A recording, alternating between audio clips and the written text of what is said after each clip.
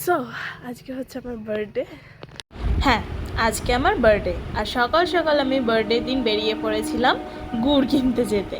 আর সকালবেলা খেয়ে নিয়েছিলাম চিতই পিঠে, খেয়ে নিয়ে গিয়েছিলাম স্কুলে, কারণ স্কুল তো আমাকে করতেই হবে।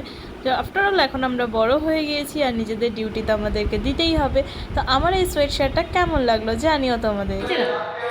Happy birthday to you, happy birthday dear পৌশালিদি, happy birthday to you. তারপর স্কুলে পেয়ে গিয়েছিলাম এই সারপ্রাইজটা। আর সত্যি কথা বলতে এইরকম সারপ্রাইজ এখন বেশ ভালোই লাগে, যখন কেউ না জানি এরকম একটা সারপ্রাইজ আমাকে অ্যারেঞ্জ করে দেয়।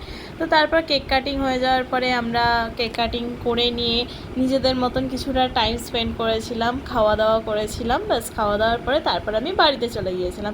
বেশ সন্ধেই হয়ে গিয়েছিল, কারণ এখন যথেষ্ট বড় হয়ে গিয়েছি। বার্থডে নিয়ে সেই এক্সাইটমেন্ট যতটা আগে কাজ করতো, এখন না সেই এক্সাইটমেন্টটা কাজ করে না। তো সন্ধ্যাবেলা যথারীতি জয়শ্রী এসে গিয়েছিল আমাকে সারপ্রাইজ দেওয়ার জন্য। আমি যদিও জানতাম ও আসবে, আর আমার মাসিমেশও এসেছিল সেইবারে আমার বার্থডের দিন। আর অবভিয়াসলি আমার বার্থডে চলে গিয়েছিল 22 ডিসেম্বর, আর আমি ভিডিওটা এডিট করছি এখন। তো জয়শ্রী যথারীতি কেক ফেক নিয়ে আমাকে সারপ্রাইজ দিতে চলে এসেছে। এখন সিচুয়েশন পুরোপুরি চেঞ্জ হয়ে গিয়েছে, এখনও অলরেডি ম্যারিড আর তখন ছিল আনম্যারিড। তো দেখো বার্থডে কেকটার উপর কি সুন্দর লেখা পুঁই শাক। অ্যাকচুয়ালি এই লেখাটা না অনেকটা ইমোশন রয়েছে আমাদের নামের সঙ্গে।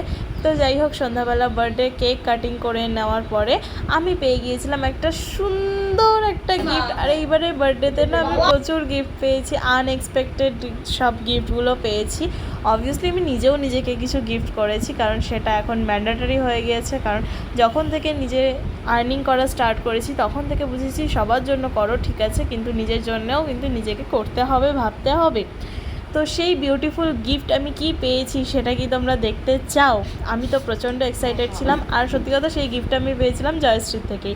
এই যে আমি এখন গিফটটা আনর্যাপ করছি, আমার তো মানে আমার এক্সপেকটেশনের পুরো বাইরেই ছিল যে এই গিফটটা ও আমাকে দেবে। কারণ কি, এই গিফটটা নিয়ে অনেক দিন ধরেই আমরা ডিসকাস করছি, কারণ ওর বিয়ে এসে গিয়েছিল প্রায়।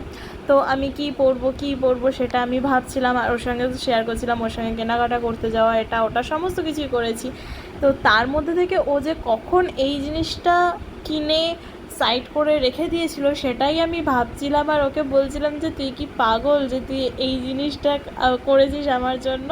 তো উপরে একটা সুন্দর একটা নোটস লেখা ছিল, যেটা আমি র্যাপ করে খুলে দিয়েছি দেখে ঠেকে নিয়ে। তারপরে দেখো, এই গিফটটা দেখার পর আমার মুখের এক্সপ্রেশনটাই সব কিছু বলে দিচ্ছে, আর আলাদা করে কিছু বলতে হবে না। আর ভিডিওটা আমি জানি আমি অনেক দিন পরে এডিট করছি, কারণ সত্যি কথা বলতে এখন আর টাইম হয়ে ওঠে না ভিডিওগুলো এডিট করার জন্য। কিন্তু সত্যিই আমি চাই আমার ভিডিওগুলোকে এডিট করে করে পোস্ট করতে, আমার লাইফের সব থেকে বেস্ট মোমেন্টগুলোকে তোমাদের সঙ্গে শেয়ার করতে। আর আশা করি সেই জিনিসটা আমি করতে পারবো। তো দেখো, এই ছিল সেই বিউটিফুল গিফটটা। তো তারপর আমি আর জয়শ্রী বেরিয়ে পড়েছিলাম বাজারে, একটু আমাদের দরকারে ছিল।